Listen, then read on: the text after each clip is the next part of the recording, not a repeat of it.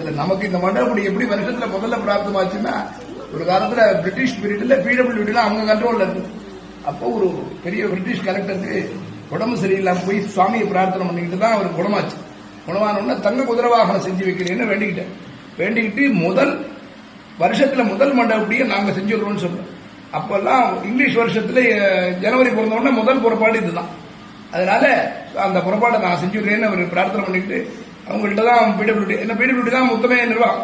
அப்பெல்லாம் chief minister எல்லாம் கிடையாது, கலெக்டர்ஸ் மட்டும் தான் அவங்க நிர்வாகம் பண்ணதுனால அந்த முதல் மண்டபப்படி இன்னைக்கு அத்தனை வருஷமா இன்னைக்கு கிட்டத்தட்ட 150-200 வருஷமா பிரிட்டிஷ் பீரியட்ல இருந்து இந்த பிடபிள்யூடி மண்டபடிய வருஷத்துல முதல் மண்டபடி இங்கிலீஷ் வருஷ பிறகத்துல முதல் மண்டபடியா அன்னிலிருந்து இன்னி வரைக்கும் பண்ணிட்டு இருந்து பெருமாளுடைய அனுகிரகங்கள்லாம் பிரார்த்தமானதை பிரார்த்தனை முடிக்கிறது. உன்னித்து மற்றொரு தெய்வந்தோழால் அவனையெல்லாம் மிச்ச சொல்லி முந்தோள் குலைக்கப்படும் வண்ணமில் மன்னப்படும் மரபாளனை வண்டுபராவதி மன்னனை ஏற்று